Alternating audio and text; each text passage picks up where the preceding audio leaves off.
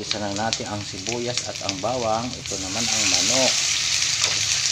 Ito natin yung manok.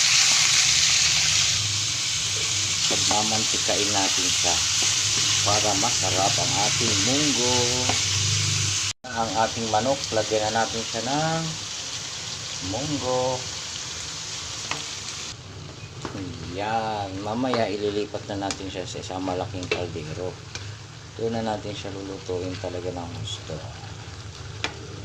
Yan. Lods, luto ng ating munggo with chicken. Sarap-sarap. Kainan na. Thank you for watching.